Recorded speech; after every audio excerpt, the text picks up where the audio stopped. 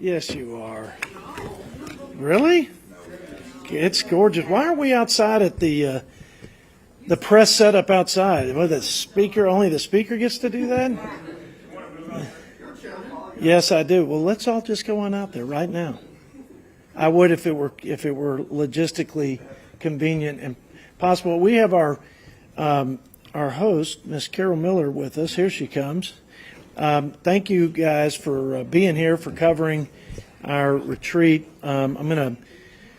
We've covered a lot of topics. Economic policy is my sweet spot and my passion. And let me just say a few things in contrast what we're talking about today among my colleagues, and and with the context of the last few years. I can't think of an area in President Biden's agenda that has, quite frankly, done more harm or created more pain for working families and our fellow Americans than his economic agenda.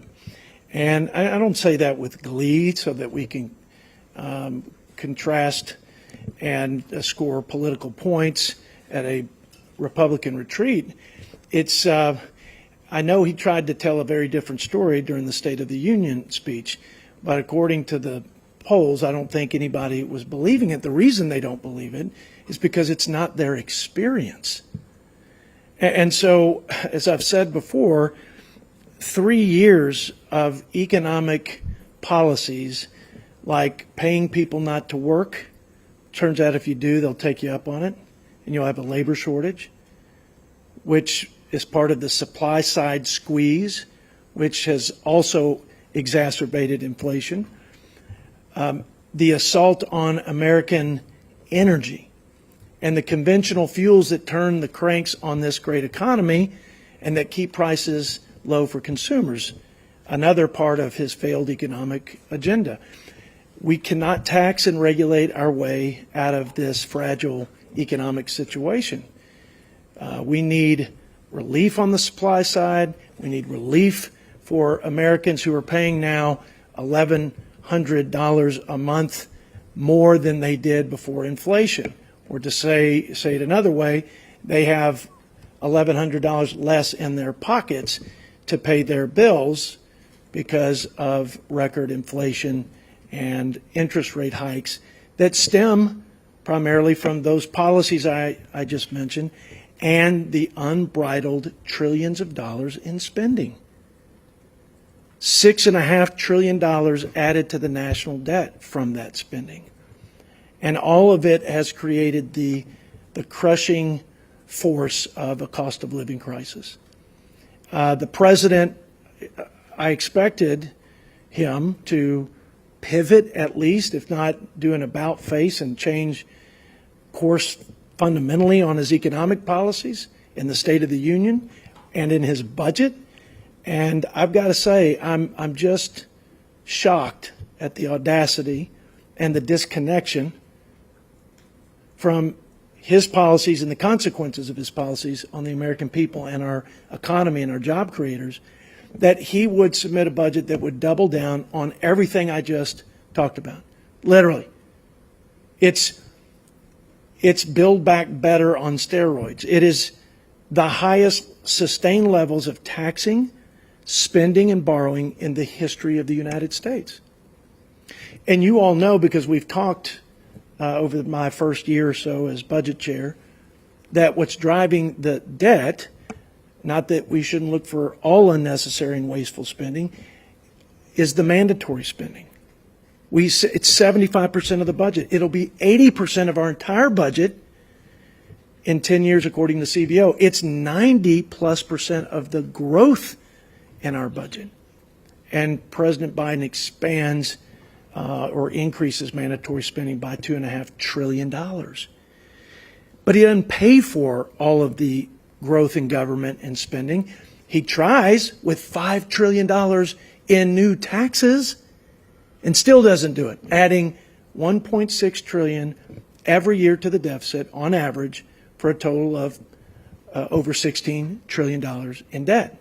Just to contrast, that's his vision. He says, show me your budget, I'll show you, your values and your priorities. Well, we just passed for the second time our balanced budget out of committee. And that's our view of America's future, a better and brighter future. It balances in 10. It reduces the deficit spending over that 10 years by $14 trillion. Pro-growth policies that grow by 1% over the 2% projected growth of CBO, which is $3 trillion in deficit reduction. President Biden's budget grows 25% faster than the economy is growing. You'll never get out of this debt hole of $34 trillion, highest level of indebtedness in the history of the world, if you don't grow your economy faster than you're spending and adding debt. We do. We do. And because he doesn't, he's going to spend more in his budget, $2.5 trillion more, and I'll end here, $2.5 trillion more to service the debt, that is net interest cost, over that 10 years, than he will invest in our sons and daughters in the armed services. It's a penance what he commits to our servicemen and women. Not that there's not waste at the Pentagon, but he showed us his priorities. We've showed the American people ours, and I think this is a tale of two different worldviews and two different paths to American prosperity. With that long diatribe, I know I could see you wiggling over there like, is this guy going to stop? I've got two wonderful colleagues, one from California and one right here in this great state of West Virginia. We serve on Ways and Means Committee together. And Ms. Carol Miller also started and allowed me to co-chair the Energy Caucus. So when we talk about pro-growth, it's not just tax and regulations, it's getting back to America First trade. Ms. Miller. Keep your applause down, please. There you go. You can tell who's the head of the Budget Committee. First of all, I do want to welcome you to my wonderful, wild state of West Virginia. There's no other place like the Greenbrier in our state, of course, or in my opinion, any place else. But just go outside and breathe deeply and enjoy this gorgeous weather, because it'll probably snow again this next week because it is March. But thank you. I am Carol Miller, and I am on the Trade Subcommittee and the Health Subcommittee. But I'm also a taxpayer. I'm also a Republican. And I'm baffled by this so-called budget that Biden has just presented to us. And again, as Jody said, it really shows the contrast between Republicans and Democrats and what our goals are. Increasing taxes is not one of my goals. This budget proposes nearly $5 trillion in new taxes, including, and this is what, as a West Virginia, really bothers me, $120 billion in energy-specific tax hikes. I'm very sensitive to that because it will devastate American energy production. Where I live, where many of you live, this is serious. It's also, in my opinion, our national security. So $2.5 trillion in new taxes on businesses. 95% of our businesses are small business in West Virginia. Every dollar counts. It'll stifle growth and innovation. That's not what we want. We want our economy to move. And so, in my opinion, this is not a budget, because usually when Americans hear the term budget, we're thinking about how we could save a little bit of money, how we can make it through, how we can juggle what we do. And he's just thinking about how much money he can take out of our paychecks and out of our pockets. And I always think about that back pocket. And I'm not a big fan of the Green New Deal projects, because to me that just implements more government control. So it's pretty clear to me that President Biden has never had to live paycheck to paycheck or worry about making it to the end of the month. He's never signed the front of a paycheck. The spending in Washington, D.C. is out of control. And so what I can say about that is Joe Biden should be embarrassed by these numbers. We've increased prices over 18% since he came, and our wages have fallen by about 4%. So money doesn't grow on trees. I'm just going to continue, along with the other Republicans, to do my best to hold the line. And now I want to introduce you to Congressman Kiley from California, which is an entirely different world than West Virginia. And then West Texas. That's exactly right. Well, that is very true. You probably have some Californians in each of your states, though, former Californians. But I'm Kevin Kiley. I represent the 3rd District in California. And in the State of the Union last week, President Biden made a few claims about the economy. He said that our economy right now is the envy of the world. He said that wages keep going up and inflation keeps going down. He said that he's cut the deficit. Each of these claims is absolutely untrue. Since Joe Biden took office, 3 things have happened. Prices have skyrocketed, wages have stagnated, and spending has spiraled out of control. That's why by a 3-to-1 margin, Americans say the economy isn't in good shape and that it was in better shape 4 years ago. You know, in California, we have seen all too well the consequences of this failed economic playbook. In our state, it has been fully implemented. And what is the result? Well, we are worst or close to it in the entire country when it comes to wage growth, when it comes to unemployment, when it comes to the cost of living, and when it comes to poverty. And the ultimate result of all of that is that for 4 years running now, we have led the nation in the rate of outbound U-Haul rentals. And this is the agenda that Joe Biden is now trying to foist upon the entire country. It is time to turn the page on Bidenomics. That means, number 1, spending responsibly. Number 2, cutting taxes. Number 3, rolling back regulations. Number 4, supporting American energy. And number 5, supporting our workers and our workforce. And that, by the way, starts with repealing and nullifying the latest rule from the Department of Labor, an attack on independent contractors that went into effect this week at the hands of Julie Su, a still unconfirmed acting Secretary of Labor, and that is modeled on the disastrous AB 5 coming from California. This new regulation could cost millions of American jobs. So Bidenomics has been a complete failure. It has done tremendous harm to Americans who are still struggling, and we cannot afford another day of it. I'll now turn it back over to Chair Arrington.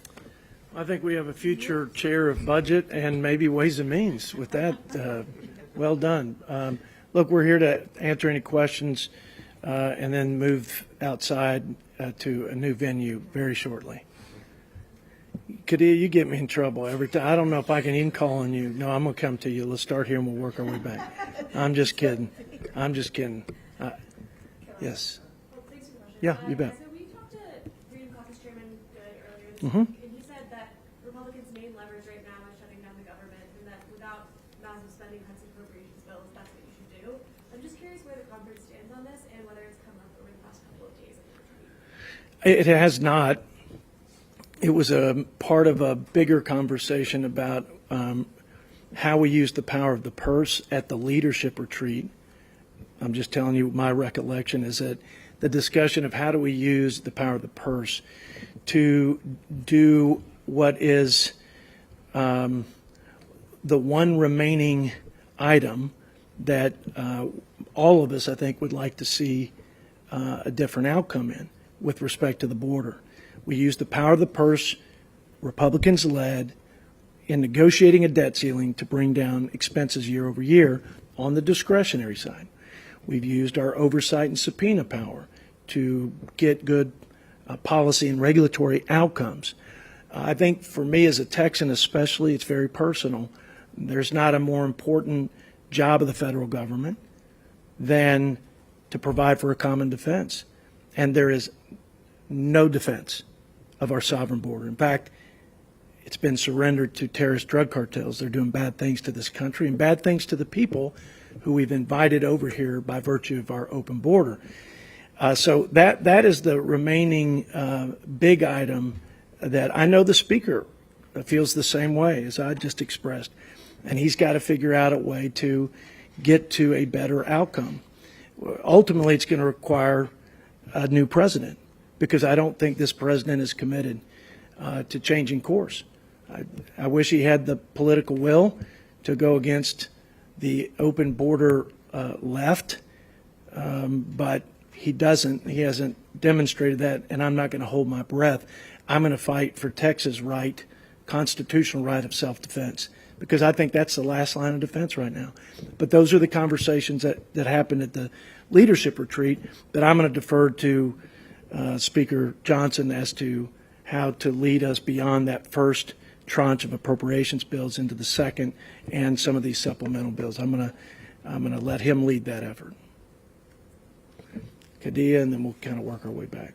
So we saw former Chair Kevin Brady earlier. Yes. And he said he was advising the conference on reconciliation. Yes. So I am curious, what instructions do you think you need for reconciliation? And would you use it to cut spending? What is Yes. neutral? Can you talk about that a little bit? I think we would use it on the outlay side and on the revenue side, or expense and revenue. We saw tremendous economic growth, record actually, investment, growth, job creation. We saw the lowest poverty rates in recorded history because all boats were rising on the tide of prosperity. All we did, and I wouldn't take credit for it, and I wouldn't give Washington politicians, even the good ones, credit. We just removed the burden of government off the back of our job creators, our risk takers, our investors, and they did the rest. And in contrast to the wage suppression that my colleague from California mentioned, we saw wages increase, the highest levels, I think, in about a quarter of a century. And people were having enjoying a better quality of life and a better standard of living. They had better options. So you know that there's a fiscal cliff in 25 where many of these provisions on the TCJA, the Tax Cuts and Jobs Act, will expire. That's something that I don't think is any secret. Republicans are looking at as part of a broader pro-growth agenda. Regulatory reform, as I mentioned, work incentives to get people out of the government dependence trap and tapping into their God-given talent with just common sense work requirements, patching up all the loopholes and the workarounds for work-capable, healthy people. So those are things on the revenue side. And then, of course, on the expense side, you're talking to the budget chairman, who's been the Paul Revere of, I hope I've been an effective one to sound the alarm that a sovereign debt crisis, we are nearing the precipice of a debt-related crisis of some sort, whether it's a sovereign crisis like Greece or not. It will be irreparable. It will be irreparable to this country, to our economy, to our future leadership, to our children's future in this country. So we need to, wow. I think she's trying to tell me I may be going a little long. But the expense side, you cannot grow out of the level of debt that we're in today. You cannot grow when you're borrowing $3 trillion in just the past 12 months, and your interest alone is almost $1 trillion. So we have to start reducing the expense side and the big drivers on the mandatory spending. And we talked about that. It's going to require tremendous political will, but I think the American people don't want to bankrupt their country and their children and grandchildren's future in it. Did you say that last hour cost us an interest? Yeah, in the hour we were having our presentation on reconciliation, our nation borrowed $8 billion. And so it's a couple hours and you've got more borrowing than the whole economic output of the country of France, Italy, and about every other OECD country outside the top 5. I mean, the wheels are coming off. We got to do something about it. Yes. Yes, sir. Yes, sir. And then yes, sir. Yes, sir. She said one more question, but I'm going to fight through it. I'm going to let Kevin answer this, or Carol. I have a quick question on U.S. steel. President Biden said in his statement today, Don't look at Trade. me. U.S. steel Yeah. should remain an American company that is domestically owned and operated. So what is your reaction to this? Do you agree with it? I think that President Trump's America First trade agenda was the right agenda. I think we have to be able to maintain the capacity with certain materials, to, for example, steel, to make war machines and other materials that have a national security import. I think that's I think the gist of his rationale for talking about steel and aluminum and other things. So without getting into the weeds on it, I would say that the NAFTA 2.0, which was USMCA, and his trade agenda that basically leveled the playing field and then took the areas where there was a threat to national security and addressed that so that we could build up greater capacity, was a very smart but I think common sense approach to making sure America's at the fore on trade. It's significant, especially in an ag district. We are very trade dependent, and it got better under President Trump's trade policy. Last question. Last year, the House didn't vote on a budget on the floor. This year, do you have assurances from the Speaker that a budget will be put on the floor? I have assurances that they're going to do everything they can to get. I mean, we have to get the numbers right. We're just a margin of one now. So I know that Mike Johnson, my dear friend and our fearless leader, along with Steve Scalise and the whole leadership team, is behind me and the Budget Committee's effort to put our fiscal framework on the floor. What would be great is if we put President Biden's budget alongside of it. And let's see how many of my Democrat colleagues will endorse $5 trillion in new taxes or 15% increase in spending over that 10 years, the highest spending per GDP in the history. I bet we wouldn't get half the Democrats to endorse it, but I think we can get there on the Republican side because I think it's straightforward. As Kadia asked, we got to reduce the spending, we got to reform entitlements, and we've got to grow this economy. And I think that most of my Republican colleagues are excited to have a vote on it, and some of them are probably more excited to have the Democrats vote on President Biden's budget. But yeah, I think we're going to get there. And I do have the support. We just have to get the numbers. So anyway, that's going to be it because, but I'll take your question on the side after we close. Thanks for covering us here this weekend, and we appreciate you.